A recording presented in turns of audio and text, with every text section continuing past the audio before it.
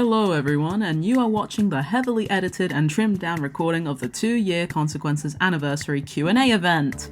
I am Mr. Consequences, formerly known online as LuckySpark42 and casually known about as Spencer, and I was joined during this event by my girlfriend, known online as King of the Boozerflies and casually known as Azalea.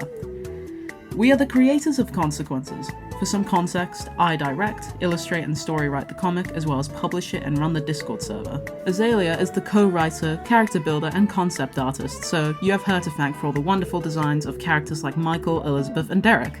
This event took place on the 22nd of December, on the exact day of the comic's birthday. But, because of Christmas, New Year's, and some unfortunate COVID that came along the way, I'm only now finally able to post this.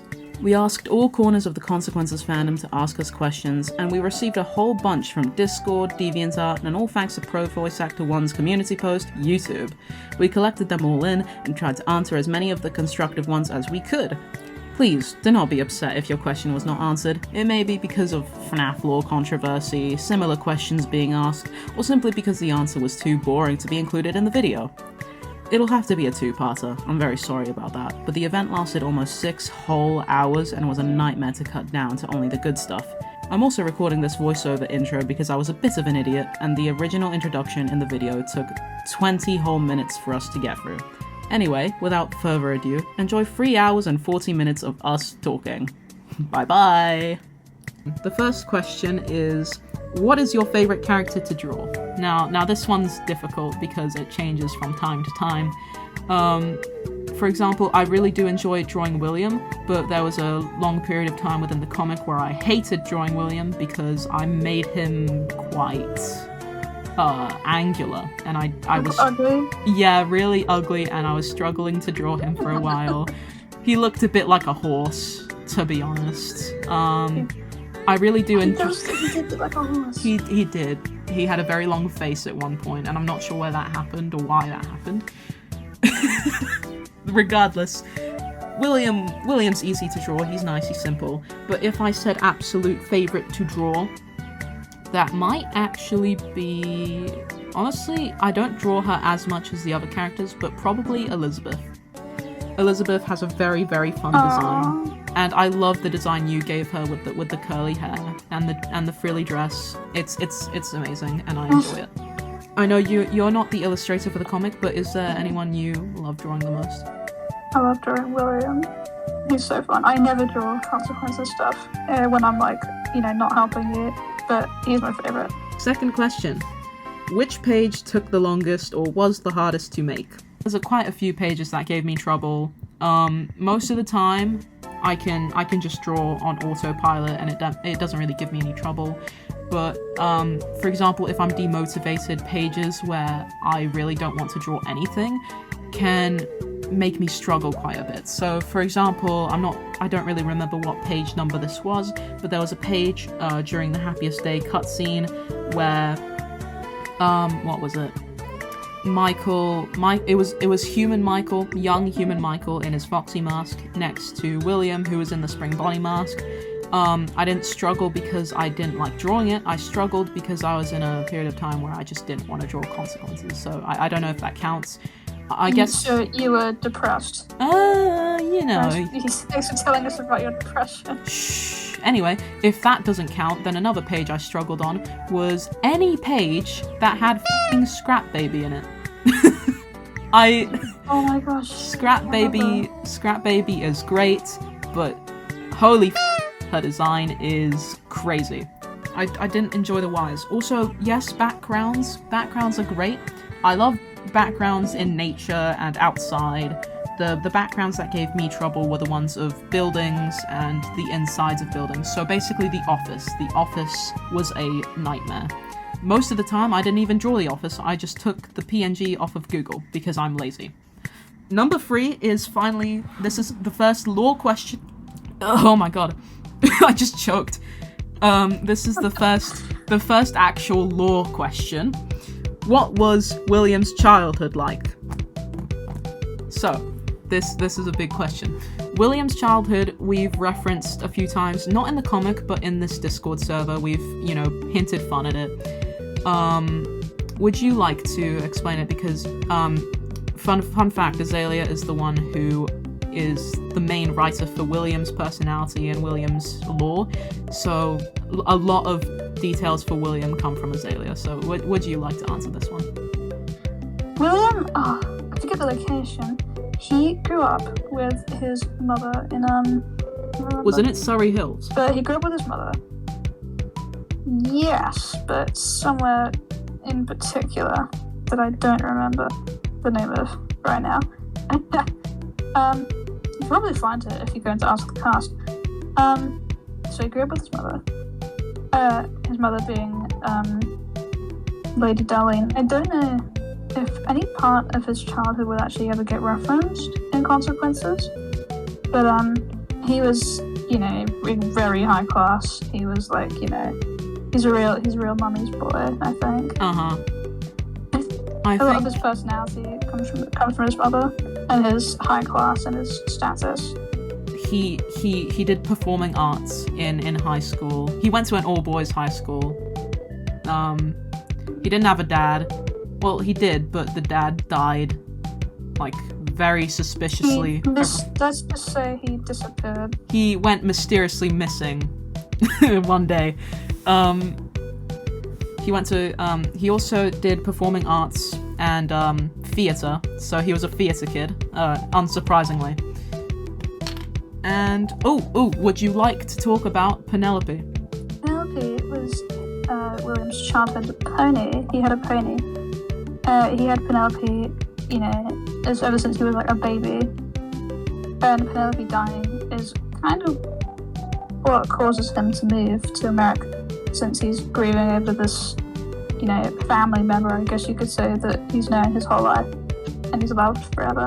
But her full name wasn't just Penelope. Penelope's name is Princess Penelope III. She's a beautiful white pony. Yes. He loved her a lot. Anyway, the next question is, what was character development like, and what was William originally supposed to be like? I do believe you asked this question. Really? Yeah. Me? Yeah, you. I don't want to answer my own question. I'm gonna answer it. Character development was very interesting. I guess, it's safe to say that Consequences was never actually intended to be a comic originally. Originally, Consequences was just this silly little AU, a little roleplay thing that me and Azalea had, where we just wanted to, it started with an idea, what if the Aftons met again after FNAF 6's fire? What would happen if William met all of the people he killed, or all of the people he negatively impacted in his life? What would happen? What would it play out like? And eventually that, one day, we decided to give it a chronological order, a bit of a story, and we just decided, hey, I'm gonna draw it now. I'm gonna draw it and I'm gonna put it on DeviantArt. And it kind of went on from there, and now it's this comic. So, yeah, how time flies, right? Character development was great, because obviously originally, because it wasn't supposed to be a comic, publicly. So character development was very big. Originally, I know characters were very, half-baked. They weren't very good at the beginning. For example, Cassidy, she had a lot less character, a lot less story. She was originally just going to be sort of there for convenience, there for the lore. But then we realized there's a lot more potential there, and we were kind of sleeping on Cassidy, and that's not okay, because Cassidy is awesome. Another character. Another example of a character that changed a lot was Michael. and I think Azalea knows why. Unpleasant. You wouldn't want to be around him. You wouldn't want to be around him anyway because he's a rotting corpse, but he had the personality of a rotting corpse as well, originally. Who else? I think, Henry also changed a lot. Originally, a lot of people in the FNAF fandom like to interpret Henry as this, this angel in comparison to William, and originally that was going to be the case where Henry was just generally really, really nice, very forgiving, and, you know, didn't really stand up much for himself or for anyone else. But luckily that was changed, and he is now a fat Australian man who has done some wrong in his life, and he's, you know, he's actually gonna be mean to William quite a lot, and he's gonna, well, not be aggressive, but he's actually gonna stand up for himself, gonna stand up for others, and he isn't an angel at all. He's done a lot of things wrong, and I think more people in the FNAF fandom should acknowledge that. I guess the second part of that question is, what was William originally like? Oh god, that takes me back to the old drafts for Consequences. Consequences originally had an old draft, which was actually a bit different. If we comicized the original draft, there wouldn't have been that Cassidy segment at the very beginning. It would have just been Consequences Lake. It would have started at Consequences Lake, and it would have started with Henry fishing up William. The difference here is that in the old draft, William was actually Springtrap. He was still in the suit, interestingly enough. No, he wasn't. Oh, sorry. I don't think I could talk here. No, you jump scared me. There was that William being Springtrap was that was early Consequences. That was the first day. Yep. And then we changed it the second day because it was annoying. Yeah, it was kind of inconvenient. I'm talking about the old draft though, like the early version. Ooh. Have you mentioned about everything getting cut? I have not yet talked about the cut stuff, which I really want to go into because that'll be fun. Oh, there's so much stuff, yes. Some examples of things that were cut. A thing, for example, is that Cassidy was in Consequences, but the entire first segment where she talks to William and he wins 50-20, that wouldn't have been in the comic. That it was originally starting from Henry's point of view. Another thing, the entire Consequences Lake segment was very, very long compared to what it was in the comic. Obviously, when I started drawing the comic, I had to shorten it for my own sanity, so I wouldn't have to keep drawing the exact same thing over and over again. But originally, Cassidy was supposed to come up to Consequences Lake to ask Henry where William was, and Henry would have helped to hide William. There were two possible outcomes for this. He either would have pushed him into the fish shack and just hid him in there, or he would have this is a bit more gruesome actually. He was originally he was going to No, this is what did happen. This is what did happen. Draft. Yeah, there was an older draft where the fish shack was an option, but then we went with the other option, which was basically Henry shoving the hook back into William's arm or William's neck, and then hiding him back into the lake, basically slowly just sort of putting him back in the lake and just kind of letting him drown for a couple of minutes while he talked to Cassidy. That was going to be a thing that happened, but it didn't, because it made the entire thing very long and, you know, long-winded. Oh yeah. I guess this doesn't... If you think Consequences is dragged out and long now, you should have seen it before, because Jesus Christ, it was long. It was very long. I saw Twigs, I saw you say, did it not take place in FNAF World? No, it didn't. It was in heaven. Well, it was in the afterlife, it wasn't in heaven. There's another but it wasn't in FNAF World. There's another thing I'd like to quickly mention about that entire segment, though, before we move on to the afterlife thing, because that is a big topic. When the entire conversation that Henry would have had with Cassidy in the cut content, that conversation is actually still in the comic, because it takes place on the blue glitch layer when Cassidy talks about, you know, being angry, and then Henry does his whole old man consequences speech where he says leave the demons to his demons. That conversation still happens in the comic, but in the original draft it would have happened at the start of the comic, basically. So I don't know. It's really different though. It is very really different. Yeah.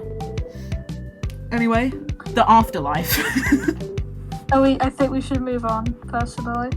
You don't wanna discuss the afterlife? No, no. I'm just gonna quickly say the original No. Consequences was not gonna start in. It wasn't gonna be in FNAF world. It was straight up gonna be in heaven, which was very, very interesting. Also say it was going to be a lot less comicable.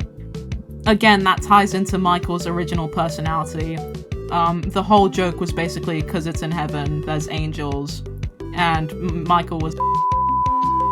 That's all I'm gonna say about that. I think we should move on. I think we should. Is there anything else we cut that we can mention? No, we are moving on. Go to the next question. Okay, alright. Question number 5. Pro actually asked this question. How would the characters have reacted to the dub? That's an interesting one. The thing about the dub, if I'm sure hope everyone here has seen the dub, the comic dub by. Oh yeah, you should probably leave right now and go and watch it. Because me and Pro are kind of like working together, just a little bit for this dub, and because I get to have my say a lot, it's safe to say that the voices that Pro used for these comic dubs, they're canon. They're the actual voices for the characters. So I guess that question wouldn't make a lot of sense. I guess if the characters saw the dub, they'd just be reacting to themselves in real time. Or not in real time. They'd be reacting to themselves doing the things they've already done. So I guess it would be very meta for them. They'd probably have like a mental breakdown about it if we wanted to be really realistic. Next question. Oh, going back to William. What made William snap? And I'm assuming this means what made William, go insane, I don't know, kill people, just generally be William, really. Is that the Michael brush, by the way? That is Michael. That is a Michael. Yep. That is Michael brush. Great, okay. I'm gonna sneeze, hold on. I'm trying to... Achoo. It's not working, I'm not sneezing. Oh, it went away. Achoo. Anyway, Like... I looked at the light, it didn't do anything. Make William's descent, or not his descent, his snap into from a kind of normal guy to a child murderer is a bit difficult to explain because there's a lot to it. Like, he didn't just decide one day, I'm gonna start murdering kids, since, how did it begin? I guess the obvious answer is Evan's death. Well, Evan's death, that's, you may as well not even mention that, because obviously, I didn't know how you'd even say it. What? Because it's just kind of FNAF, isn't it? Yeah. His son died. Oh, that's it. There you go. Henry was, after Evan's death, it was, obviously quite a big toll on the pair of them. That a boy had just been killed by their, work and their dreams. Henry was pretty unresponsive to William during that time, especially with handling his grief and stuff. Handling all these big problems that he was having. Because, how do you really respond to someone telling you, hey, my son just killed my other son with your robot? William blamed Henry a lot for Evan's death. Then Henry being so, I guess, what would you say, neglectful of it, and neglectful of William during his time of grief, kind of caused him to think differently. Then he kills Charlie. I wouldn't say he kills Charlie by accident. It was completely on purpose. But it was definitely not something he would have done if he was in his right mind. Yeah. Considering he and Charlie were quite close. But William's first event of murder with Charlie was definitely caused by Henry. And then once he got that ball rolling, like you said, he couldn't stop it. He just had to keep going. And he kept, doing his remnant experiments. And then died. Yeah. Yeah, William's descent into but madness. That's how it started. It was Well, William will tell you that it was Henry's fault. William will always tell you that it was Henry's fault. It was kind of Henry's fault. You know, depends how you look at it. Henry was also grieving. I'm kind of on William's side. Henry was also grieving for the death of Evan. It wasn't his son, but having been so close to William and having babysat for the Aftons quite often, you know, Evan dying was very, very unnatural for him as well. So, question number 7. Spencer, can you talk about Derek? The answer is no. That was me. I'm joking. Yes, I can. I can talk about Derek. The only thing I need to mention is that unfortunately, Derek hasn't appeared yet, so this counts as spoilers technically. I guess it's not. You know. I guess the baseline is there is a character called Derek who is basically he's Phone Dude from FNAF 3. He will appear later in the comic. I won't say how, because that in itself is a big thing that happens. He appears a lot later into the comic, unfortunately. It takes a while for him to show up. But when he does, he's a very cool character, and I think he will add a lot to the story. He's basically a catalyst for a lot of things happening. He has a lot to do with Michael. So if you like Michael, and you want more character building for Michael, you will certainly get it. There is a lot of character building for Michael specifically. And basically, if you just like, you know, colourful little gay men, you're gonna love Derek when he shows up, because he is exactly that. And that's basically all I can say about him. Yeah. Question number 8. This one's very interesting, and there's a lot to talk about here, and I think you will want to talk a lot about this. Can you elaborate on William's gender identity? Yeah, I can. William, if you've seen his fact file, which is at the top of the server, he's genderqueer, he's non-conforming. Well, he's not non-conforming. He's not non-conforming. He's definitely genderqueer is definitely the best way to identify William Afton himself in consequences. But he definitely doesn't have a lot of options with this gender. He had a rhinoplasty because that's just because he's cute like that. But he had something else. I don't know what it's called. But when he was younger, well, there weren't many options for trans people back then, but he underwent a lot of gender affirming surgery, back then. He didn't go again, but he was I don't know, would you say he was a bit more female? He was a bit more feminine presenting. He was, and definitely. He, While William never did use she/her pronouns. However, William was very feminine and was very okay with that, and actually enjoyed it more so than being masculine in most cases.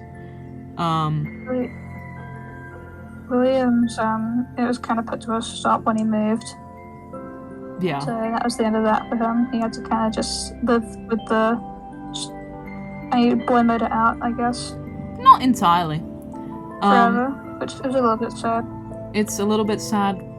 William's gender identity kind of remained stagnant after the move to America. However, that didn't mean he stopped, being himself.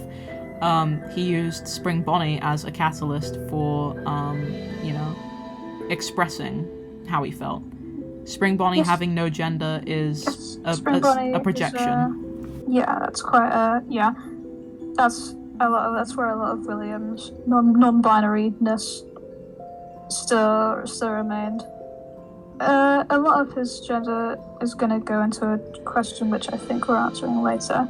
Mm-hmm. Again, so I don't think we can talk about much at the moment. I guess one thing to mention that I will mention now instead of later is William goes by they, he, and prefers all titles, really. including more feminine ones. For example, William would not mind if you were to refer to them as, you know, an auntie or a mother. They would not care. William is Charlie's evil stepmother. Yes, So. this is canon. The evil stepmother. And William will wear a multitude of different types of outfits and clothing within the comic. Not just... They will okay, that's another thing. They will change outfits. They're not just going to be in the same clothes the entire comic.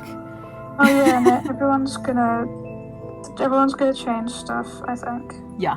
Maybe not everyone. I think Michael... Oh, well, yeah, I know. Michael's relatively gonna be in the same clothing for most of the time because, well, not... Michael is dirty. Michael's dirty and just generally kind of depressed, so he's not really gonna change anything. Oh god, okay, right, we went from a serious discussion of gender identity to question 9, which is, does William know how to twerk?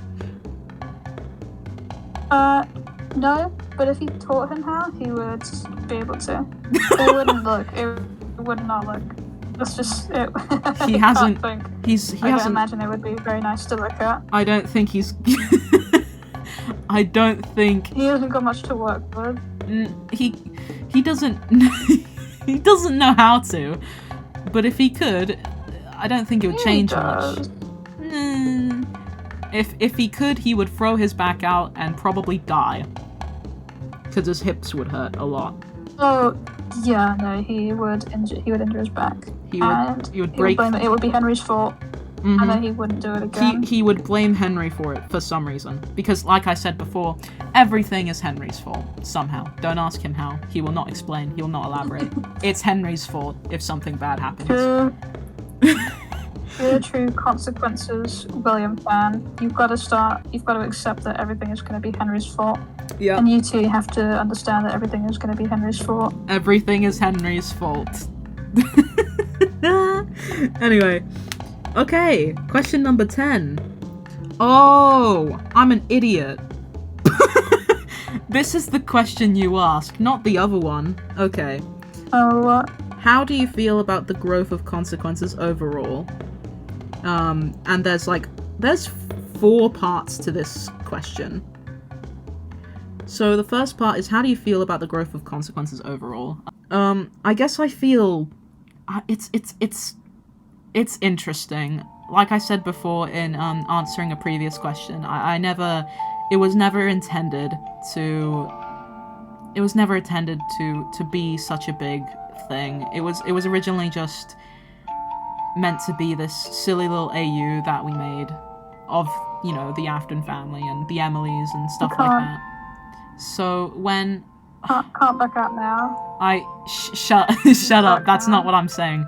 What I'm saying is, it was scary. It was scary at first. I remember I had a hiatus at one point after the first, 40... Actually, no, maybe the first 50 pages. 20? 20? Only? You stopped around 20, and then you picked it up. Yeah. Yeah. Regardless, the point is, I stopped around page 20-something. It wasn't getting many views at all, and I was okay with that because it wasn't meant to. But then I remember picking it back up a couple months later, and suddenly people were really into it.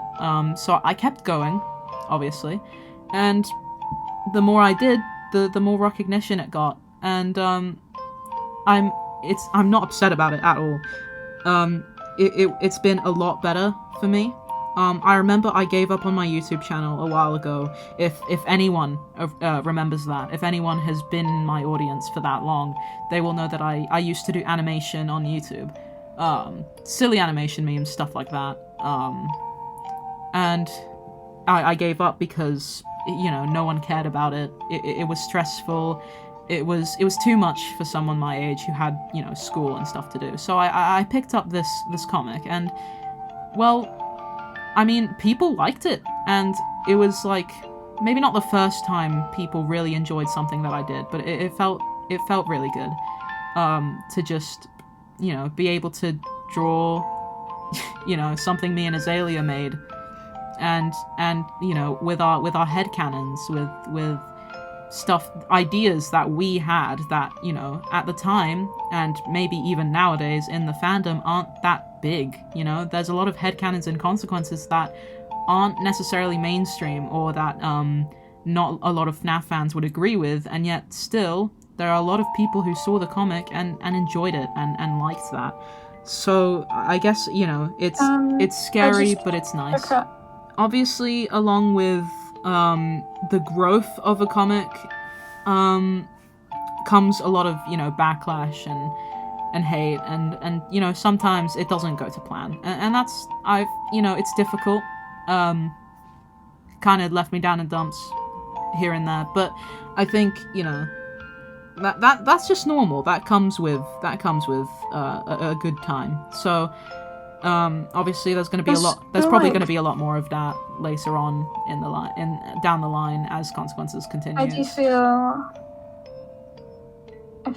feel really fake, you know, saying it, but I feel like the community that surrounds consequences is really nice compared to quite a lot of communities. There was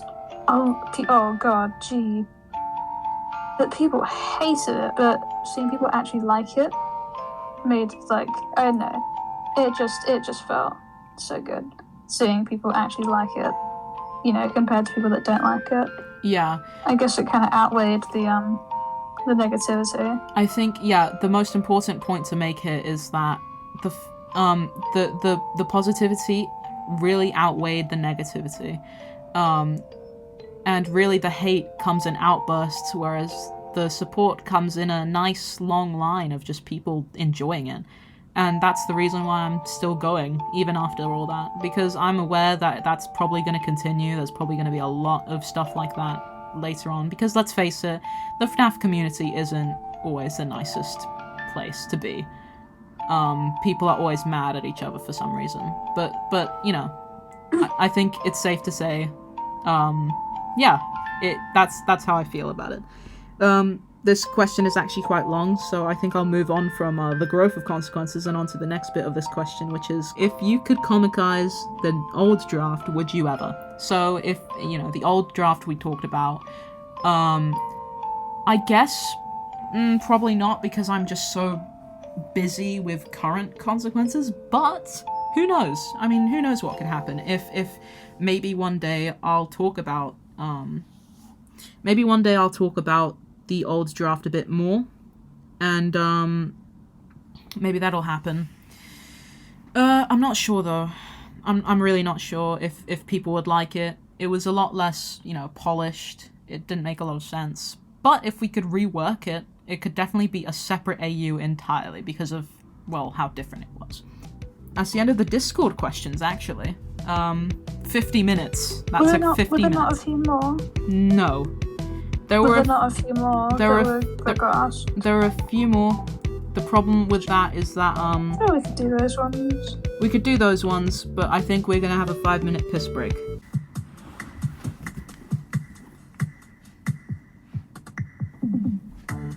So how you guys doing?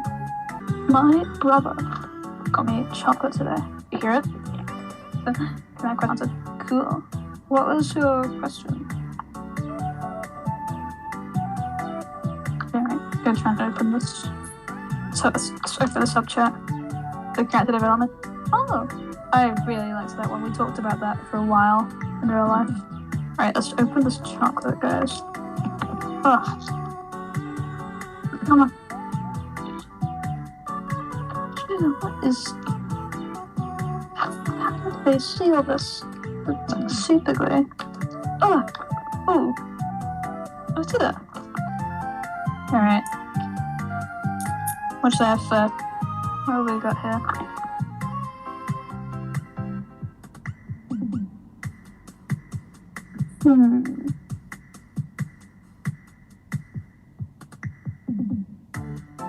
I'm gonna have... I can't tell what colour that is. Orange? Happy birthday to you. Happy birthday to you. Happy birthday, Dip. Brown ducks. Happy birthday to you. You see, I did see a lot of people joking about William's Dorko reaction. Yeah, he's a lot like Dorko, I think. Just in general.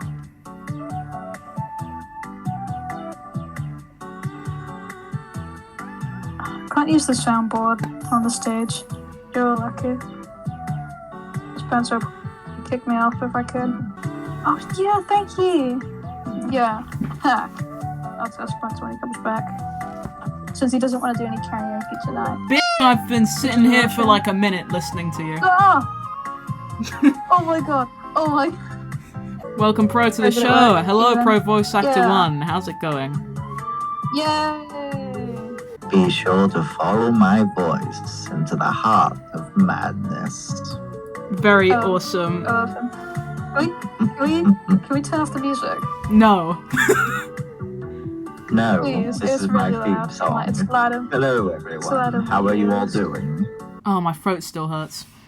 Yes, just like my career, dull and boring. 5 minutes. 5 minutes is all I have to spare for all of you. If you all have a question specifically for me and the Comic Cub, get it out now. Do you have a voice actor for everyone in the comic so far? Well, minus one, but it's not someone that showed up yet. But we do actually have a voice actor planned for Anim Dude whenever they show up eventually. But I'm not going to say much more beyond that. Yeah, I am very excited for that. Oh yeah, what about Derek? What about Derek? Derek's gonna take a long time. No, Derek does not have a fee yet. Because I haven't actually reached out to anyone yet. And I don't really know who to plan to grab. But I do know his voice description. So I will figure that out. And another person asked, how long did it take to get all the voice actors together? Strange enough, William was the hardest person to find, and then I just decided to take a shot on J Flair, and he was pretty on board with it. He was really pricey though, not gonna lie. Yep, we've heard about that. I remember. Gave me permission. That was King Thickness over here. I saw the comic on Discord and went and asked. So I'm the first person to, apparently. Yeah. Well, the second, but the first one. Okay. Died. Fun fact, you were the second person to ask that, but the first person, they kind of dipped, like, immediately. They didn't get back to me at all. So that was funny. So first one's actually getting done. Yeah, first one's actually go through with it. Which, by the way... I remember when Spencer showed me the DM. Can I be completely honest? I did not believe you at first. Yeah, I could tell by some of the messages saying, did he dip on me? No, I'm just... So little faith. It's not that I have little faith. I don't know, I believed it. I got to see the DM you sent him on DeviantArt, and I recognized you. Yeah, it was Azalea who recognized who you were. It's not that I have little faith, it's that I have little self-esteem and didn't think anyone would actually want to voice act consequences, so that's the difference. Oh yeah, whenever I got the Charlie VA, you were literally losing your mind. Oh yeah, I was shitting myself. Because what? Yeah, you specifically said, can I get someone similar to this? And 5 minutes later, okay, I got the official VA, there you go. I was shocked. I mean, it was surprising. It was awesome though, and that will forever live on as like a little bit of a cool memory, to be honest. And it seems as though my 5 minutes might be up. Yeah. And nobody else seems to be asking questions. So see y'all later. Enjoy your consequences of this stream. Bye bye. Yeah. Bye. Bye, Pro. You're making me out now. Yeah. Wait. How? Oh God. Get out of here. I make you do it. If it wasn't obvious, this is our first time. Oh no. This is our first time using. I did it. How do we? I don't know how to... Move to audience. I did it. I figured. Yes! If you can't already tell, this is definitely our first time properly using a stage channel. So sorry about that. Let me get the list up for the DeviantArt questions. By the way, this is the longest segment, so we'll probably have to stop halfway because I shit you not, there are 89 questions. And I have a feeling we're gonna be lengthening quite a few of them. So sit back, relax, and enjoy a lot of talking. The first question: how did Evan meet Cassidy? He met Cassidy as he met the other dead kids. So something important to know about Evan is that Evan wasn't like the other dead kids. He was sort of shattered across different places. Now there's a lot of meanings to put him, like, to be put back together. I know that's a reoccurring thing in FNAF. A lot of people sort of wonder what exactly does that mean.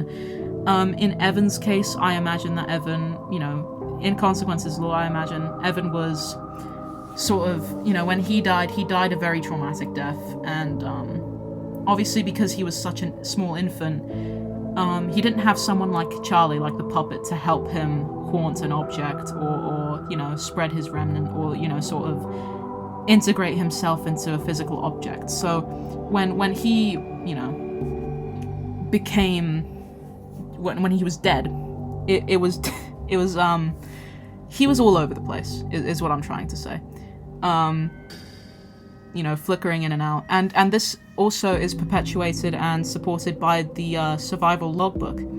Something that a lot of FNAF fans don't want to talk about because the logbook is very annoying. I hate it. Yep. I hate the A lot logbook. of people do not like the security logbook. Including me. But there is a lot about Evan not being able to see, or being stuck in a black void where he is broken, where he has to be put back together. And that's what influenced it. So in the Happiest Day cutscene for Consequences, when we see Evan, he's crying and he's wearing the bear mask. But this is the Happiest Day was the first time when he was, a ghost, where he was actually in one place, fully conscious, like basically almost able to see again, and put back together, like Michael had said. Michael had pieced him back together. So the way he met Cassidy was the way he met the other dead kids, sort of strewn about time during the Happiest Day, really.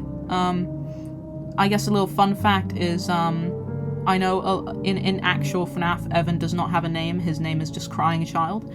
In Consequences, he is still called the Crying Child by a lot of the dead kids, and the reason why is because they all met Evan, and when they met Evan, he was always crying. They would always ask him what his name was, or if he was okay, or who he was, how he died, if he's okay. And Evan would never be able to answer because he was too busy sobbing his eyes out. So all the dead kids started referring to Evan simply as the Crying Child.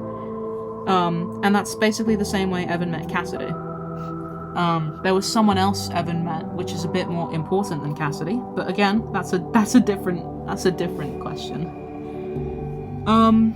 Number 2 would be, who is Evan's bestest friend? Now, a lot of you are expecting me to say, Fredbear, maybe, like the Fredbear plushie, or I don't know, like Michael. No, it's none of that. It's actually Derek. Derek is Evan's bestest friend, and you won't really understand why until later. So, question 4. How does Zor feel about working with Cassidy? There were a lot of questions, actually, about relationships with Cassidy, which I quite like. Zor works with Cassidy. I think one thing I can say here, which isn't... It's a spoiler, but, it's a bit obvious.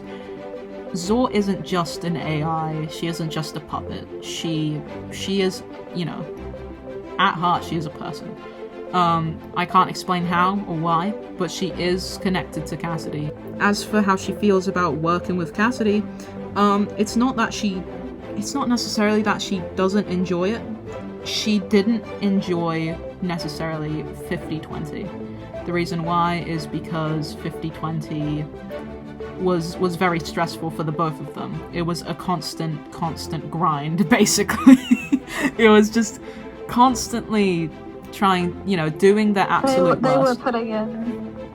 Yeah, they were putting in just as much effort as William was. Yeah, 50-20 seems like it would be difficult for William. It was infinitely more difficult for Zor and Cassidy, who were obviously, in charge of making it happen. A misconception is that William was trying to beat 50-20 for 7 years. That is not true. William was trying to beat all of the different challenges within UCN. So if you've played UCN or watched someone play it, you will know that there are different challenges, like for example Bear Night and I don't actually know any of the other names. And there are challenges. There are challenges basically.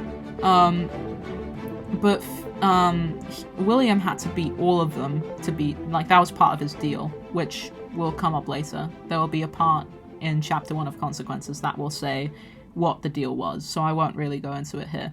But the point is... oh yeah, that's something to mention. Oh. Yeah.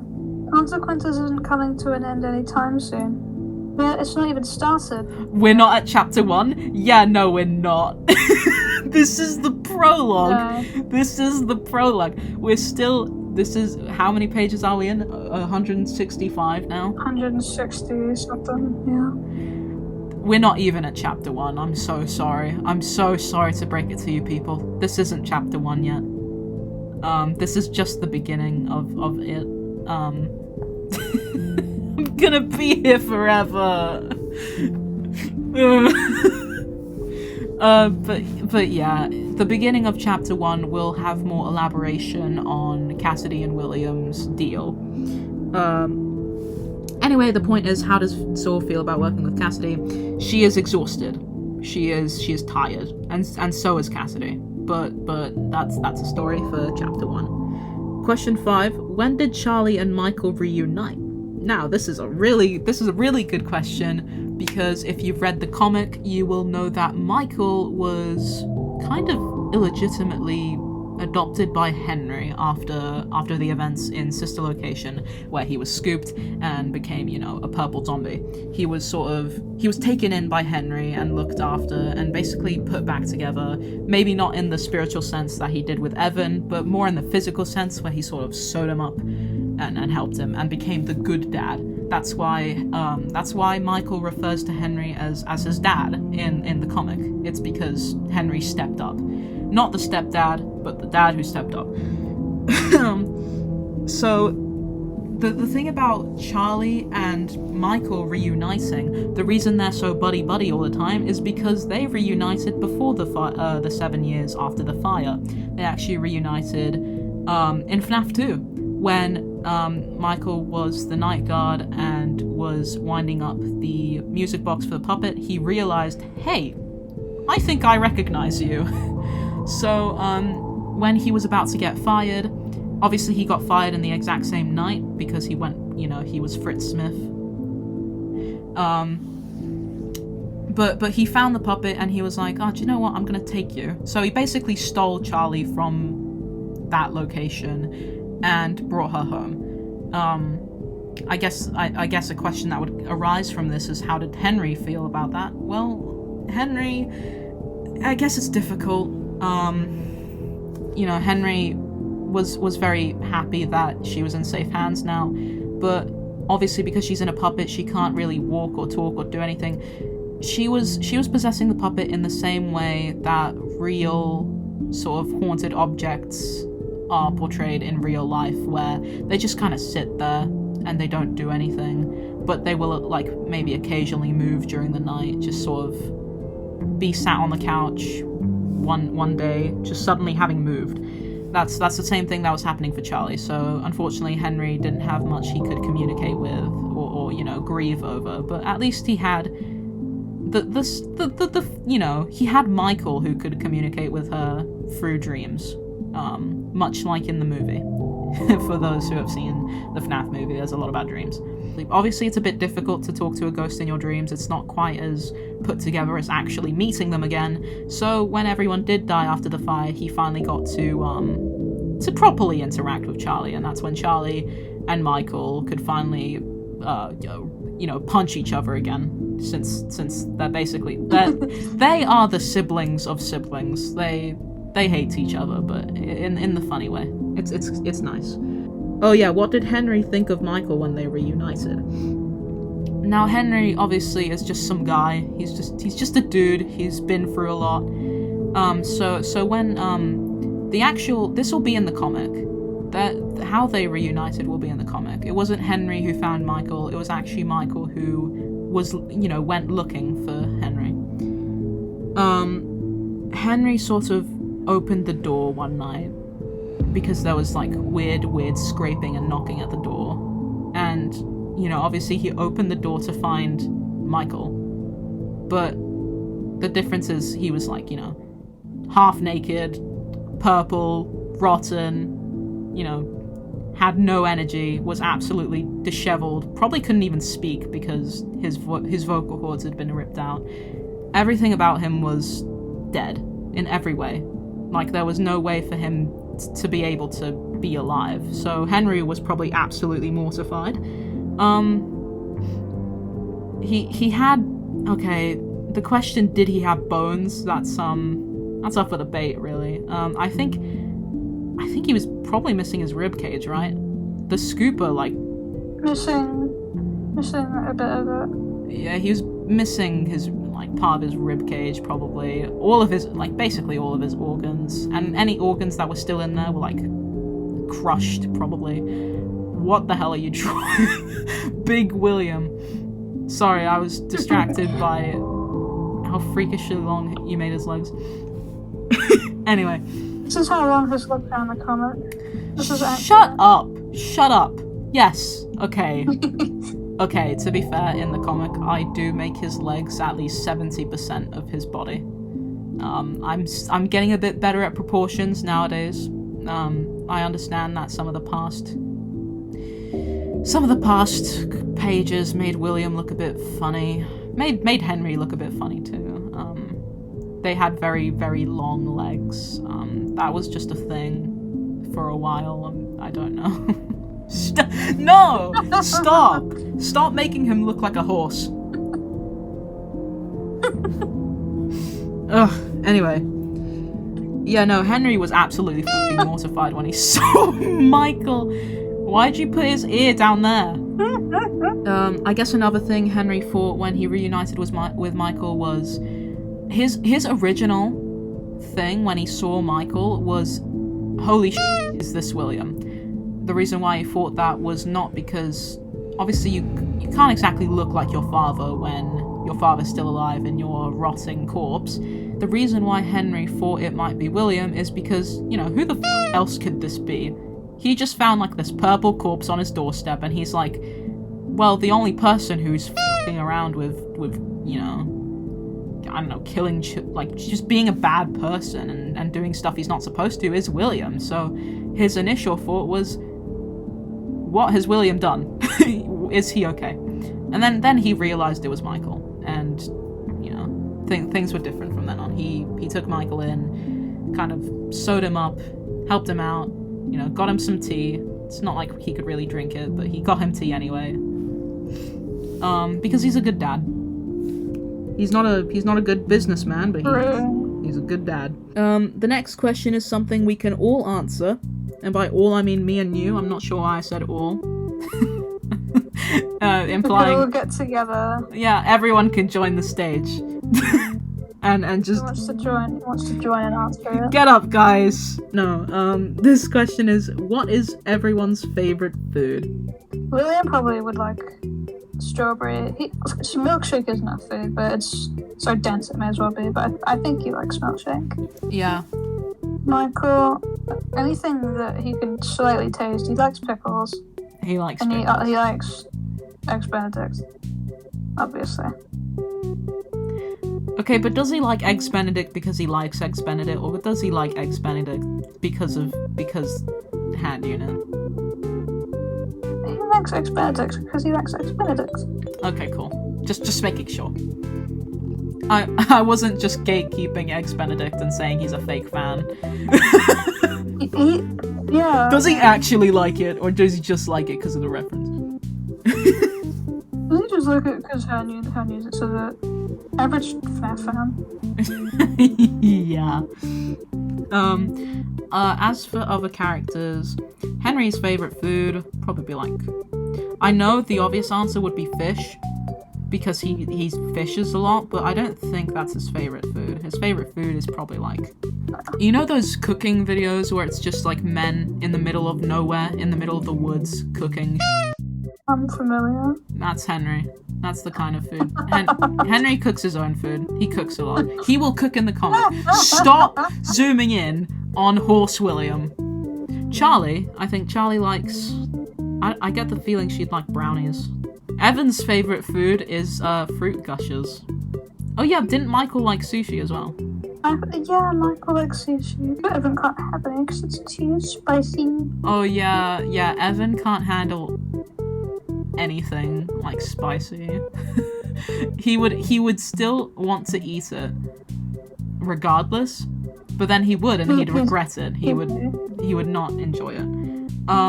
Elizabeth, I know this is very an obvious answer, but she likes ice cream. I'm slowly realizing all of these answers are not really like proper answers. These are all just like snacks that we're saying here. I guess they still count if they're consumable. What's their favourite snacks? That's the more accurate thing happening here. Derek likes hot dogs. He's not a tea drinker.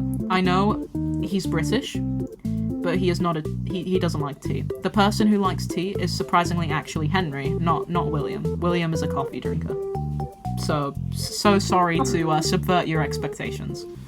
Number 8. This one's kinda more depressing. Why did Michael bully Evan? I have a footnote for this question. The Ask the Cast channel isn't just a silly channel, it is actually relevant to things. And I think I actually talked about a bit of this in the Ask the Cast channel with Michael. Because, the bullies were a bit older than him. Michael had to bully Evan because it was what his friends wanted him to do. I wouldn't say he necessarily enjoyed bullying Evan, but he had to if he wanted Evan to be safe.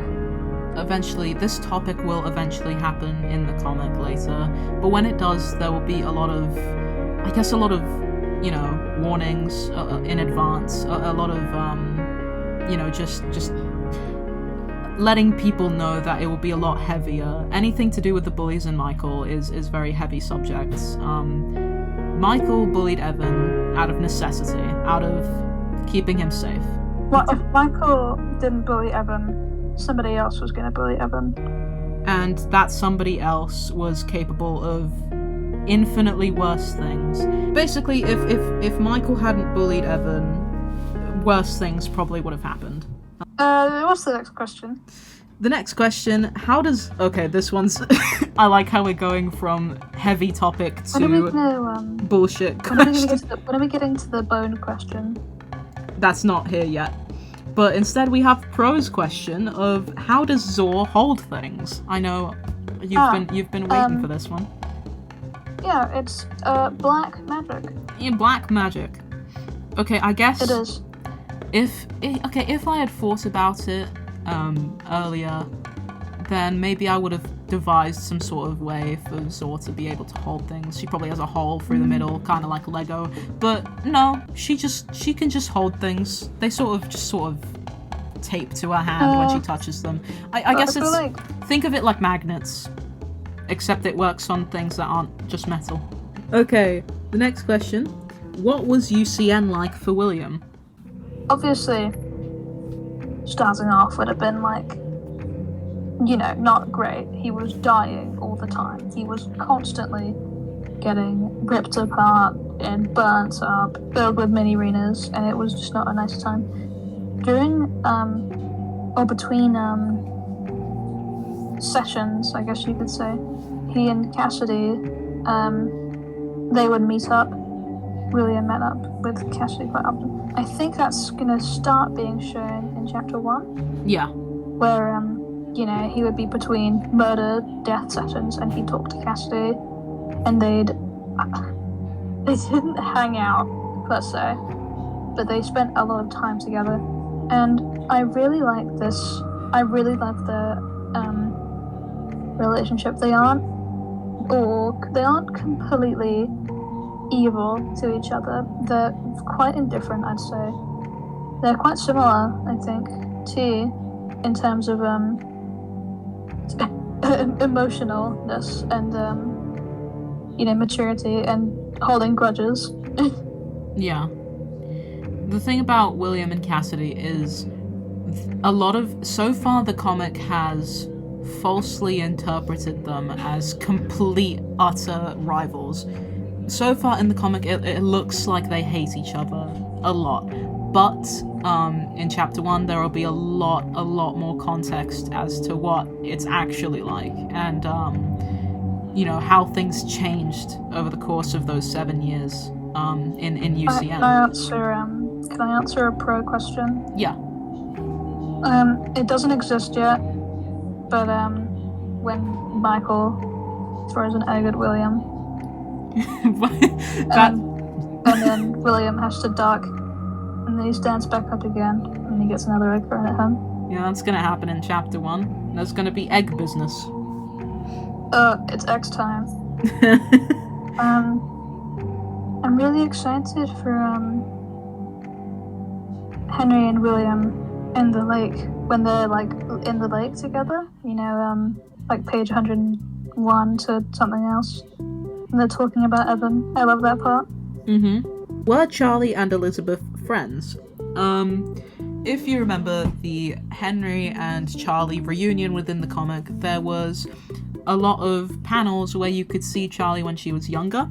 There was a panel where you can see young Charlie with young Michael, and in that frame as well is like a baby Elizabeth. She's not a baby, she's like a toddler. Like I mentioned earlier when answering a different question about William's grief over Evan's death, I mentioned that Henry was also grieving because he was the babysitter for the Afton kids quite often. I think it's safe to say, Henry, because he babysat for the Aftons so much, when he adopted Charlie would also have to come along and spend a lot of time with the Afton kids, hence why Michael and Charlie are like siblings. So yes, Charlie and Elizabeth were friends, and they still are. Not quite as close as her and Michael, obviously, because her and Michael are, closer within age. Obviously not anymore, because Charlie died and was stuck at 14, and Michael got older, but at the time, they were very similar in age and mentality, and they got along quite a lot. So yes, Elizabeth and Charlie are friends, and they're basically sisters. Somebody just asked a really cool question about characters having powers, and I wanted to answer it super quickly with yes and also yes.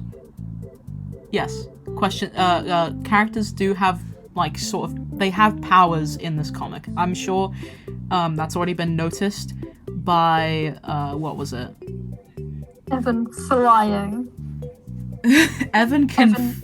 A lot of the young... Okay, 2 characters that can officially fly or, float would be Evan and Cassidy. Cassidy can float on her own accord. She can control how she floats, stuff like that. Evan, on the other hand, kind of just floats at random. It's really just convenience, and he does not really consciously make it happen. It just happens sometimes. Another power, Charlie has abilities I won't go into. And it's usually the younger characters who have abilities within the comic, as opposed to the adults. The reason for this has a lot to do with soul, body, mind, and spirit, which is going to be a very prevalent subject later in the comic, which is very, very, very important. It has a lot to do with Remnant and with children's souls being a lot more malleable than adult souls. It's a metaphorical thing about how adults are weighed down by life experiences, whereas child souls are a bit like silly putty. Thank you, Lonnie. They're a lot more just able to do things. Able to do imaginary things that they wouldn't if they were still alive. Question 12. Would Michael ever give William a second chance? Michael would give William a second chance to exist and to be good again, or to try and start being good again. But he won't ever give William another chance to be his dad. That won't happen. Not in consequences or outside of consequences or anything. He will never trust William, to be his dad again. But if William wants to start trying to be, good, he will let that happen. Next question. Does Cassidy actually like Evan? Cassidy does not actually hate Evan. She is a bit upset with him because they have conflicting viewpoints on William, obviously. Obviously, Evan loves his dad. He wants his dad to be with him. But obviously, if he wants his dad to be with him, that includes setting William, quote-unquote free, which is something that Cassidy doesn't feel ready to do yet, for her own reasons, which will obviously be expanded upon. But yeah, Cassidy does like Evan. She doesn't really have a reason not to like Evan, considering he is literally 5 years old and has done basically nothing wrong. But yeah, she has gripes with him because of conflicting viewpoints. But they were friends. They did like each other. Question 14. How do the kids feel about Cassidy's plot? And the kids in this question refers to the Aftons and the Emilys. Basically, Michael, Charlie, Elizabeth, and Evan. They didn't know about it. Yeah. It's safe to say... No one knew apart from Charlie. Charlie... Oh, Charlie knew, but, she didn't really know. The only person who knew about, loosely about what Cassidy was doing was Charlie, and that'll come in later. But, I guess if they were to find out about it, I don't think any of them would be very happy about it. Michael would probably, I don't know, Michael would probably be fine with it. He's like, yeah, just leave him down in there, honestly. But put him back, I say. Put him back in there. But obviously Michael would never say that, or even make that happen, because obviously Evan wants William around. So, question 15, does William know about the nightmares Michael had? Yeah, he made them. William yeah, created the nightmares via the hallucinogenic chips. So he's quite aware, and this has a lot to do with why Michael doesn't like William. Oh, well, yeah. William didn't make the chips. This is going to come in again. More later questions.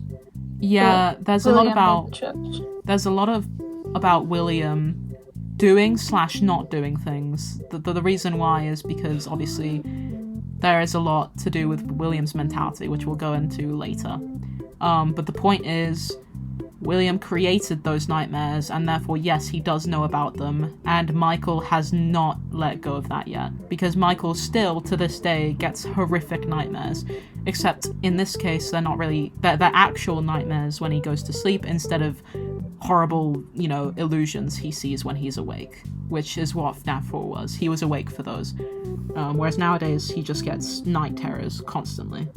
The next question. A lot of people ask this actually halfway through the comic. What happened to the adventure animatronics? Where are they? Why aren't they there? If they're in FNAF world, why aren't the adventure animatronics there? The simple answer to this is it has a lot to do with Cassidy. It has a lot to do with Anim Dude. It's basically they're not there currently. The adventure animatronics have all gone missing. And they have been missing for 7 years, so there's not much knowledge as to where they are. Michael will explain it, though. There will be a lot of explanation from Michael as to what may have happened to them. And I guess if people are wondering if they'll ever come back, yeah, they will, eventually. like basically at the end of the comic.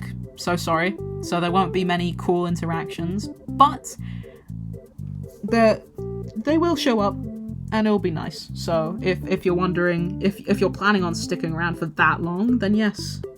Question 17. What are the markings on the kids' faces? So this is talking about, I think this is talking specifically about, you know, obviously Charlie, Evan, and Elizabeth. Charlie, Evan, and Elizabeth all have markings on their faces.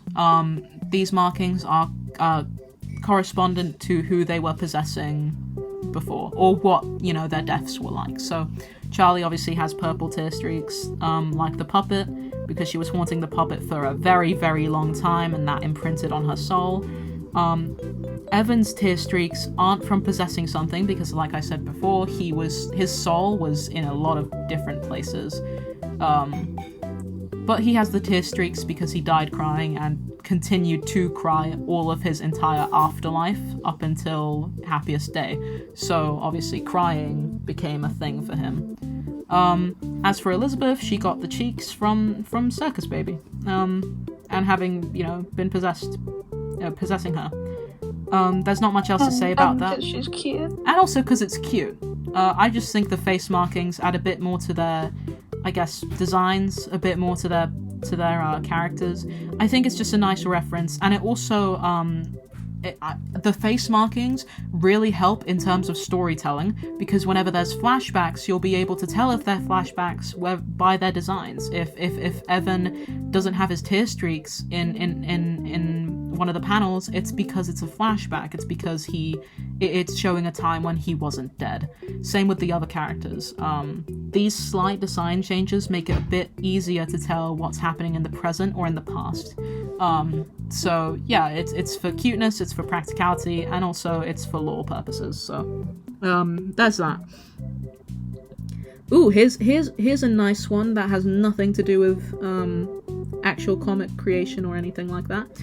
To Spencer and Azalea, what is your favorite FNAF game / fan game? My favorite FNAF game, Eats a Sim, for some reason. It's because of the lore. It's because it's the game that sort of tied up all the loose ends. You know, obviously the Henry speech at the end, that sold everything for me. It's just, you know, it's colourful, which is, I really like colourful things, obviously. And I don't know, it just feels good. It's a feel good FNAF game. It's good. I guess what about fan game? Fan game. Oh, that's difficult. FNAF fan game, honestly, I know there was a lot of controversy around it, and you know, with the dev team, I don't really care about that. But FNAF Juniors. Oh. I really do like FNAF Juniors. I'm not sure if it's my favorite fan game, but it's, when you ask me FNAF fan game, that's the one that comes to mind. The reason why it comes to mind is just because of how well it was made, honestly. The entire, like, final ending bit with, what was it? With Mangle? Or, like, you know, the boss battle at the very end. That stuck out to me because the OST for that part was f***ing amazing. It really, the tension was so good. For me, FNAF World is definitely my favorite in terms of just gameplay and how it kind of, well, I can't say how it affects the lore because it doesn't anymore. It depends, again, it depends on the timeline you're going by. Depends on the timeline. In terms of how it works, FNAF World is my absolute favorite. I've replayed it like 5 separate times. Okay, yeah. I just love it so much. If I say FNAF 6 is my favorite, but if we want to say favorite in terms of playing it, yeah, I'd say FNAF World, honestly. FNAF 2 is my favorite in terms of how it feels.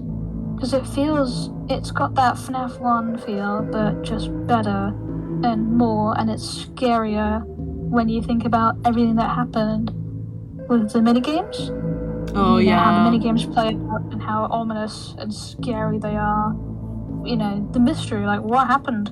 Yeah. FNAF 2 is very nostalgic, especially since FNAF 2 is the one I like got into FNAF, like, before, right before the thing of FNAF 3 is also FNAF really 3 is a good. bitch to play. I hate FNAF 3. Okay, maybe it's a bitch to play, but honestly, FNAF 3 I love was like... Springtrap, but... That was an era for FNAF. That was good. That was awesome. Springtrap, hardest design ever. I didn't get to see my fan game. Yeah, go on. Fuck Boys. Good. I'm cracked at that too. No, you're not. You've never fucking played it. Yeah, I am. I have. You've played Five Nights at Just 'cause Fuck I Boys? Yes, all 3 of them. Just because I haven't played it around you doesn't mean I haven't played them. Oh yeah, this might call for another 5-minute break. I'm back. I know you're alive. back, I'm but here. also I know you're back, but also I need to piss again. Oh, okay. I thought you were doing Welcome to the pit of madness, everyone. Let me provide you some commentary, since our great leader has apparently gone to go and take a leak. If anybody has any specific questions towards me, I can start answering them while everybody else is distracted. Why do people think I'm British? You don't sound British to me. Is it one of them myself? QNA sponsored by Pro. Is it really sponsoring if I'm technically employed? I still cannot believe how many views that video got. Like, I felt like I was taking... I check it every day. I'm like, oh, that's a lot more. Yeah, I didn't think that anyone was gonna like it because it was a experimental editing style. Like, I've never actually done an editing style like Consequences. I really liked it. I thought it was really good. Oh, I'm good. But yeah, I could talk a bit about the voice acting side of things and what was going on during it if you guys want. Ooh, yeah. Also, is this entire thing being recorded, or...? Yes, all of it. Alright, so I just gotta be sure I don't spoil too much. Yeah. Alright. I'm sure you can get away with a bit, but...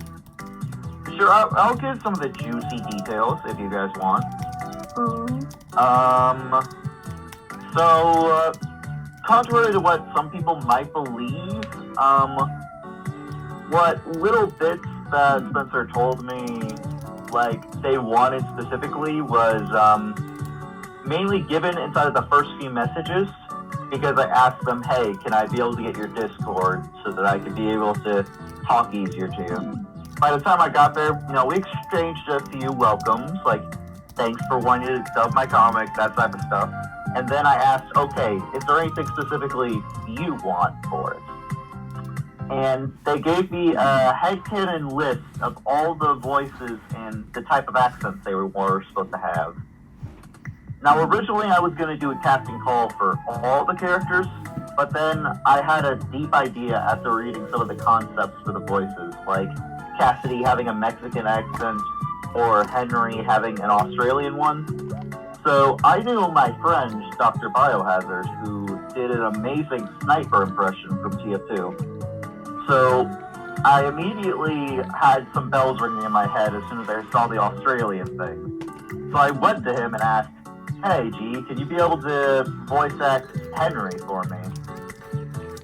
And yeah, I'm pretty proud with the voice that we were able to come up with, especially after getting his vocal effects for whenever he was Old Man Consequences, which wasn't actually the first time I used that Old Man Consequences audio prompt for really anything. I actually used it back in the time that I did, which comic was it? It was another comic that involved Old Man Consequences, but it's that one where Springtrap was in a relationship with that one guy, that blonde person. What's it called? I can't remember the name. But if anybody knows what it is, then that's the time that I used it. I did the vocal effect on myself, but I decided to bring it back and just put it on Bio instead. But, yeah. Bio did a really good Henry. I loved it so much, because we heard it, and it was like exactly what we'd been imagining for a while with Henry. And he got the tone down really good for all of his lines. Yeah, believe it or not, I did go through a live recording with him, to where I did some of the excess voices as well, Maybe you could have heard it if you listened to the audio before I cleaned it, to where you could hear me fighting in the background through his mic, but yeah, I did both voices for him so I can get the tones and stuff right. Yeah, no, it was so good. Yeah, If we even did. if he's got a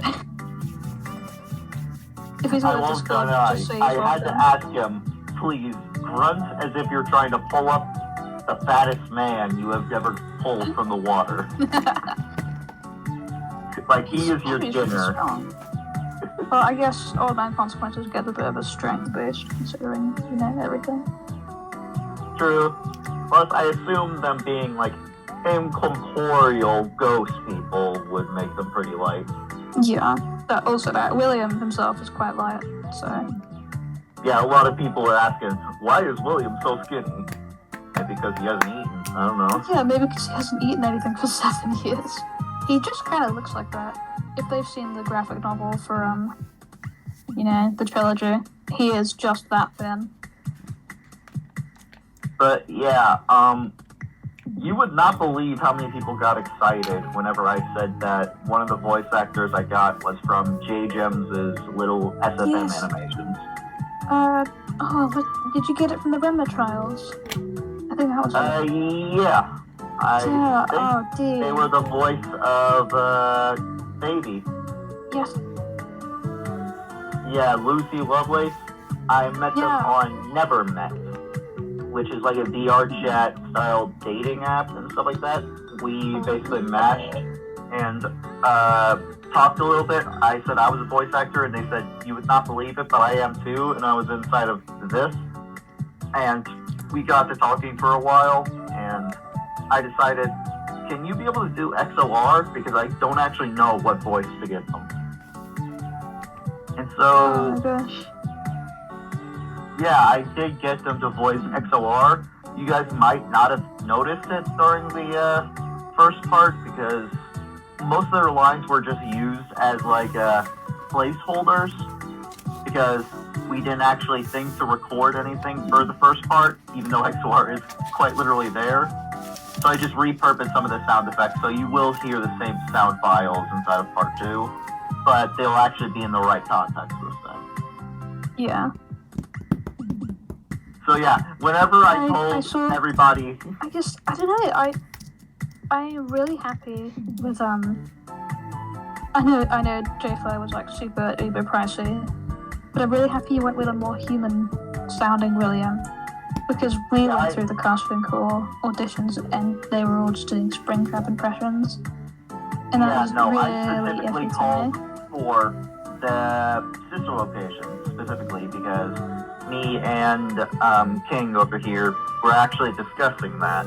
Where it's like, do you want a more Springtrap or do you want more of sister location? And we both agreed that a sister location type of voice would sound a lot better specifically because then it's less evil, maniacal villain all the time and more probably snotty businessman if you think about it. Yeah, he's a bit, you know, he's had it easy for a while.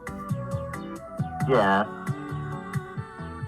What did I have to voice act inside of Consequences? I actually did do a voice line technically, but my voice is in the comics somewhere. Nobody's actually picked up on it though.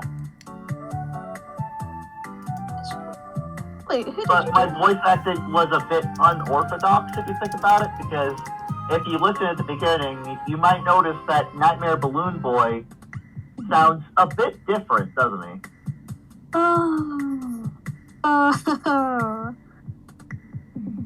So yeah, it's Spencer. Like I know who it was.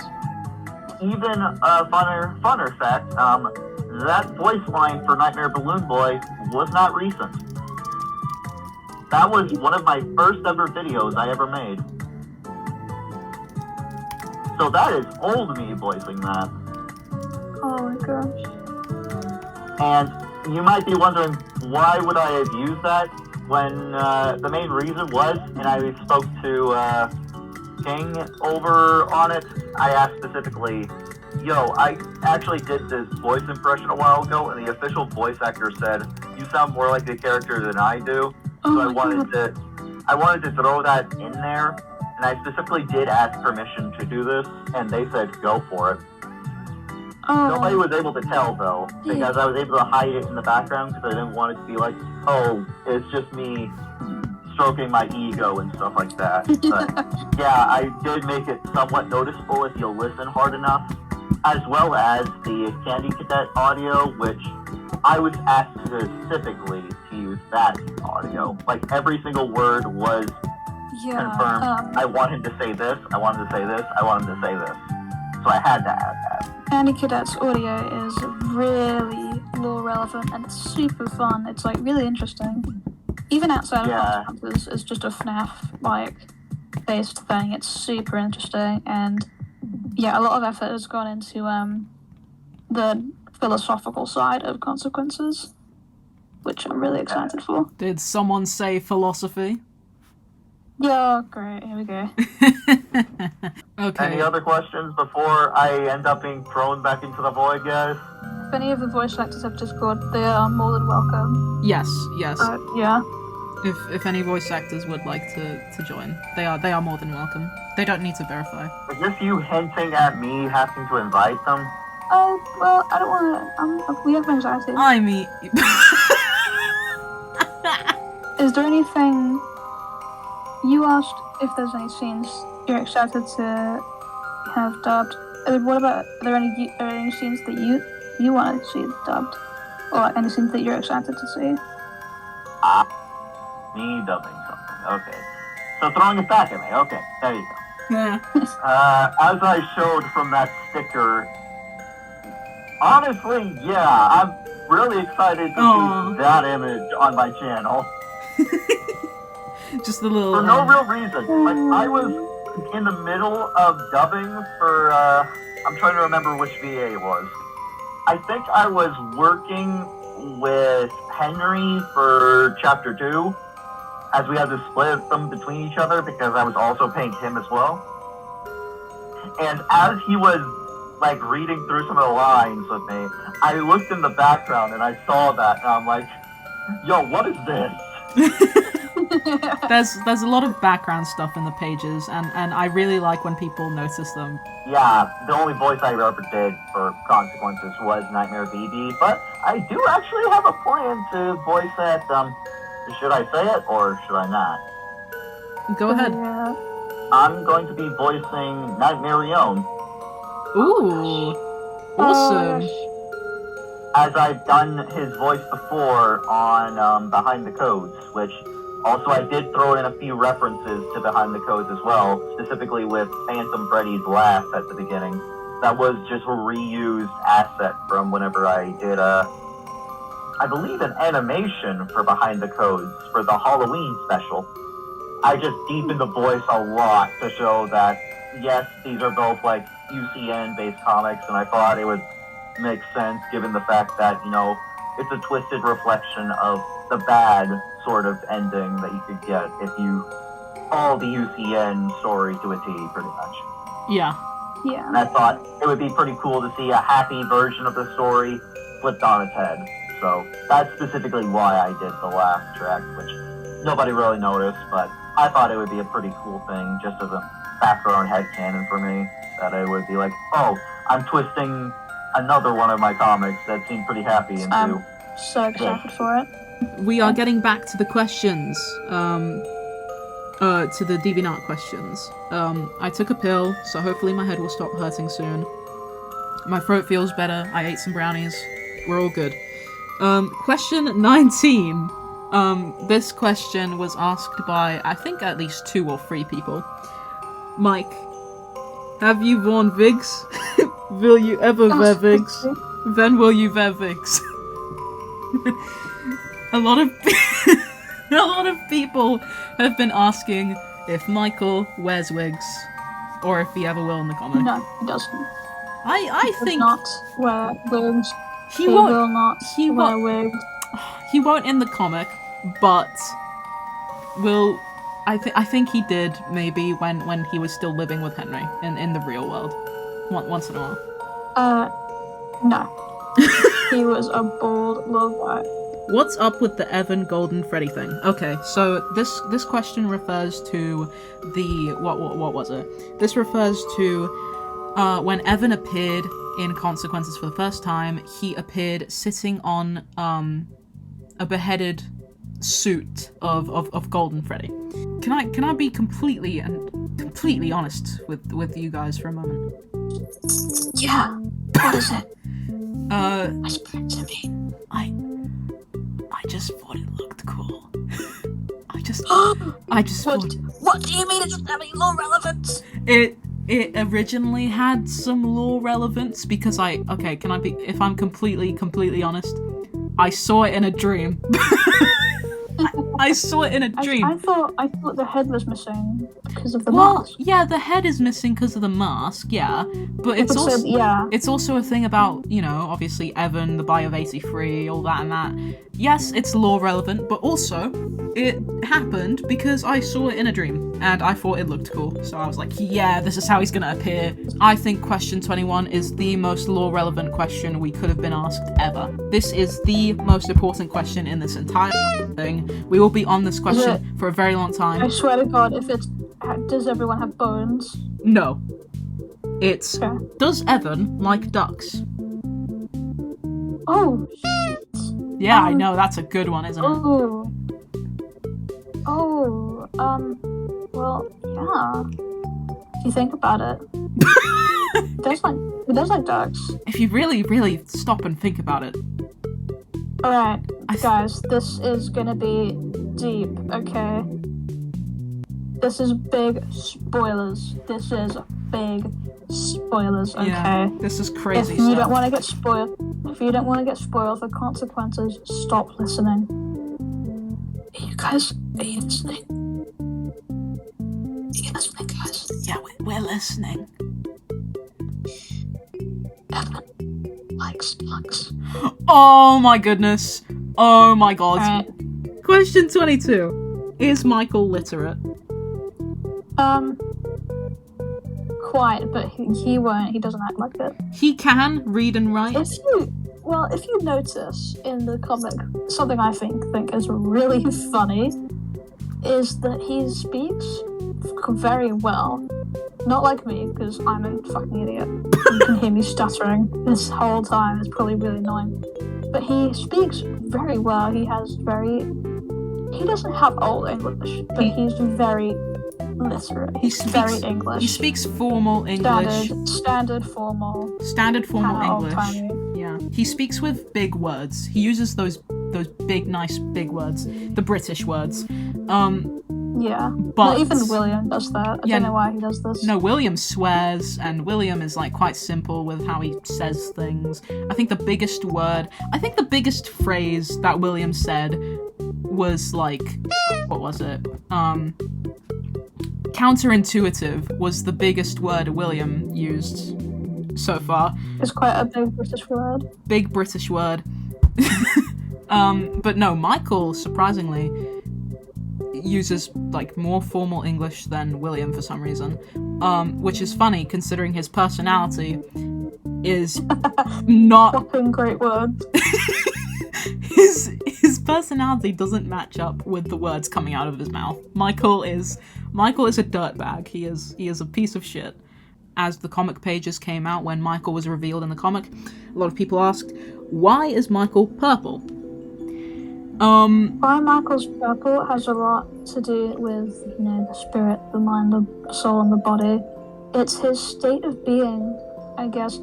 There's probably a couple of different varying answers which are all kind of correct, which will culminate to one big correct answer. Mm-hmm. But my favourite way of explaining it is that it's just because that's his frame of mind, that's where he's at.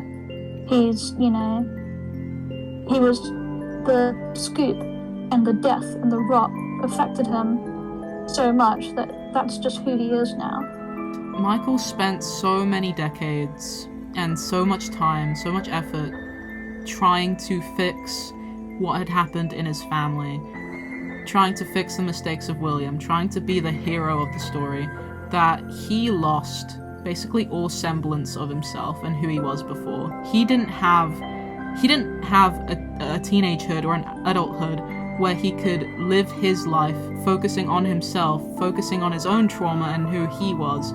He had to spend all of it putting Evan back together, putting Elizabeth back together, stopping William, helping Henry, helping Charlie. It was all about everyone else. And as a result, he's stuck like that. There's nothing he can do about that. States of being and mind frames and mindfulness and the soul and the spirit, again, are going to get touched on with Charlie and William. Yes. When they eventually bond. Question 24. Does Cassidy know Zor cheated? Okay, for those who don't know already, I think, you know, when William was beating 50-20, if you remember the comic very well, he was at 5:59 a.m. when suddenly Nightmare Foxy appeared. Now, if you know UCN quite well, if you're a big FNAF fan, you will know that Nightmare Foxy isn't part of the roster within UCN. He's not supposed to be there. So basically what Zor did was she realized he was about to win, and Zor did one final digit attempt to make William lose, and that was by cheating, by putting a character into the roster that wasn't supposed to be there. Now, she already does this, of course, with Shadow Bonnie and the mini Renas and other characters like that, other additions. Bon, for example, yeah. But those are in the game's code. That's AI. Like, sure, they're like special secret editions that aren't on the roster, but she still makes them happen, and they're still secret. Whereas Nightmare Foxy isn't anywhere to be seen. She quite literally, you know, fabricated him to happen. So I guess this question is asking, does Cassidy know that Zor did that? Considering they're both in control of UCN during 50-20, I guess you could argue she did know. And that, I guess how she'd feel about it is a bit iffy. I guess Cassidy knows that the point is to make William lose, so I guess she'd be proud? Question mark? She'd be happy that Zor did her best.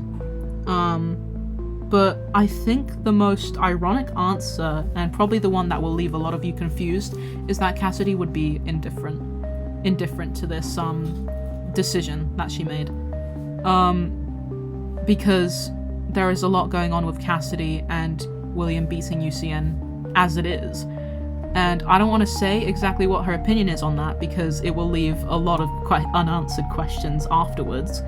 But it'll all come out in chapter 1 when we get to see Cassidy's intentions a bit more. We get to see what she's about, what you know, what she feels towards William, and why she's doing what she's doing. Because you'll notice she actually cares a bit less than a lot of people would think. I enjoy XOR specifically. Like, I did like Cassidy too. Like, it's kind of nice to see them like being a morally gray character instead of it just being like, oh, she's good, oh, she's evil. No, it's like nobody here is a good guy. Yeah. But nobody wants to see that. This'll be like elaborated in like later in a question, but one thing that you need to know about Consequences is that the characters are not black or white. They are completely morally grey. Maybe not completely. Obviously, you know, you can kind of tell who's more William on the is good side. William is still a bad guy. Like, there's no doubt about it. Like, he's still getting life thrown at him, in all honesty. Oh, yeah. Yes. Yeah, he's still kind of... But he's not great. He's struggling. Much like human beings, he is not completely a black character. He's just quite a dark shade of grey, honestly. He's still got humanity in him, though, and that's what I'm trying to get across. Oh, no, I'm sorry. Jeez, I'm being thrown into this wall so many times. It's like... This is just what happens to William. Yeah, it's you're like getting the William treatment right now. Chuck me to the wall, dang it. I'm chucking you. Goodbye. Goodbye. The reason why I waited and I got Pro in here was because the next question is about Elizabeth, and I want you here for it because, well, you Elizabeth. So, does Elizabeth still like ice cream? Yeah, it's ice cream. Yeah. Of course. One bad experience with ice cream isn't gonna make you hate ice cream forever. Sorry, guys. Even if it resulted in your death. I nearly choked to death. It wasn't. Hey, it wasn't the ice cream that killed her. It was Circus Baby that did. So, you know. I nearly choked to death on aero bubbles, and I still love them. Exactly. Yes, she still likes ice cream. What's the next one? Does William have a favorite child? Yeah. That's such a. Yes, he does. Okay, the thing about So William, his favorite child changed throughout time. No, it was always Elizabeth. No. Michael was Nia's favorite because that was his only child. He had Elizabeth, and she was, I don't know, I think it was her just being different. And he just loved her, and he was like, "This is my baby," or whatever. The thing about the thing about Elizabeth is Elizabeth looks nothing like William, but out of all the Afton kids, she is the one closest to William, personality-wise. They are like quite they're basically the same person if you think about it personality-wise. I guess you could also argue part of his favoritism towards Elizabeth could be because of gender identity and linking more to her, because obviously he can express and project some of his he can have girly time with her. You know what I mean? Like he can he can project a little bit, especially because he was brought up by his mother and no father. So he can just have. He can have girl time. Same thing with Charlie. He also got along with Charlie a lot. Yeah, it's not a thing that he doesn't like his sons. It's just a thing of I guess he can be a bit more. He can be different with Elizabeth, and he likes that. Michael was his favorite because he was his only child. I don't think. Then Elizabeth, and then Evan. He loves Evan because Evan's his little goo baby, but Evan's also Evan. And Evan isn't Elizabeth. Evan's not a girl. Evan ended up being, I think, William's favorite because Evan was the one who needed the most attention. Obviously, not only because he was the youngest, but also because of his conditions and disabilities. Evan required the most, parenting. You know? Yeah. Yes. Which makes sense, obviously. He had to spend the most time with Evan. How was the journey for Michael through FNAF? When he wasn't on his night shifts, he was often in the attic. I guess one thing I could mention. Him living with Henry led to a lot of problems. Michael, yes, he's a rotting corpse, but he's also not. It's a bit difficult. There's a lot of, if depending on the timeline or the theory you follow, there was one theory that was saying there's quite a bit of evidence to say that Remnant has some kind of healing property. Not that it can completely revert a dead body to a living body, but supposedly the Remnant could stop the progression of rot, or sort of heal things a little bit. So, the reason why Michael isn't a fucking skeleton, because surely after a couple decades you'd see all of his bones, if he kept rotting. The reason why he didn't keep rotting is because of Remnant. He turned purple, but then, the progression of the rot kind of stopped and he kind of just was stuck like that. Obviously living with Henry, because the rot stopped, Michael wasn't, attracting bugs or anything visceral like that, but he was still a bit smelly and kind of smelled like a dead body, to be honest. So, and obviously Michael wasn't legally a person. He kind of faked names to get jobs and stuff like that. So, obviously, if people found out that Henry just had a zombie living with him, Henry would be in a lot of legal trouble for that, because Michael, because he doesn't have a heartbeat, he isn't really a person, and they'd accuse Henry of, doing some horrible things, I don't know, they'd probably say he was grave robbing and, I don't know, turned a dead body into a robot that could move and talk. So Michael had to hide in basements and attics whenever they moved, and they'd move a lot. They'd move house a lot because while Michael wasn't that bad, he still smelled like death. And after a few months of living in the same place, no amount of aerosol can stop the place starting to smell like death. So they'd have to move a lot. I'm sure they figured out workarounds sometimes, like padding on the walls and stuff. Yeah. So when Michael wasn't working night shifts, he was kind of stuck in his room a lot. And he mentions this in the comic when he says, I was stuffed in the attic for years and became an indie game developer because I was so f***ing bored and had nothing else to do. I saw someone say something about that. He wasn't stuffed in the attic, like, you know, just forced to be in there. It's just where he kind of had to be. Yeah. Henry didn't banish him to the attic. It's not like Henry was like, get in that attic, boy. You're staying in that attic. It wasn't like... like abusive Henry, just throwing him in the attic.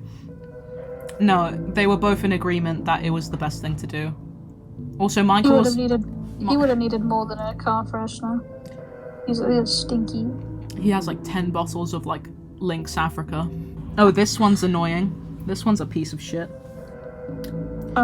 Question 29. Imagine being the person who asked that. Okay, I apologise to anyone who asked this if they're here, because that's actually quite rude. Is Golden Duo canon to Consequences? Golden Duo isn't canon at all. Sorry, guys. So, no. It's not canon. In the comic, there's a lot about both of them being represented by Golden Freddy, but that doesn't mean that they both possessed him. That's not what happened. It just so happens that Evan is represented by the Fredbear plush, and Cassidy is represented by, you know, Golden Freddy, like the actual, kind of like the suit. So that answers that. I guess a better way to put it is Cassidy is Golden Freddy, Evan is Fredbear. This one's spoilers, but also, I mean, there's not much to it. It's where are the dead children? The answer is they're in FNAF world. They are there. They are there, and they will be in the comic. It'll be a bit underwhelming, it's to be honest. It's gonna be chaos, because that's how the kids are. The kids are chaotic because they're kids. They love to play. Oh yeah, they're loud. They're loud, and they run around. Kids. They're kids. Does anyone... Okay, the next question. Does anybody know about the real world? I'll let you take this one. Real world stuff is, again, that's Michael business, that's all. Just assume everything real world based, future based, and code based is Michael and Adam Deed's doing. Michael knows. Michael said where they are, I'm pretty sure. He's mentioned where they are, how they're in there. And he hasn't said where they are, but he is aware of the real world. I think there's another question that asks us, he does have access to the internet. And you know, he sees the progression of time. But he can't, like, go there. None of them can really go there. That's interesting. What's Cassidy's favorite ice cream flavor? I think the only acceptable answer here is mint chocolate chip. Good. Better be. It's the best one. I think Cassidy would also like the really the fancy, you know, ice cream flavors where it's like what's this, sorbet or some shit like that. I love sorbet, mango. She'd like pineapple. Oh yeah.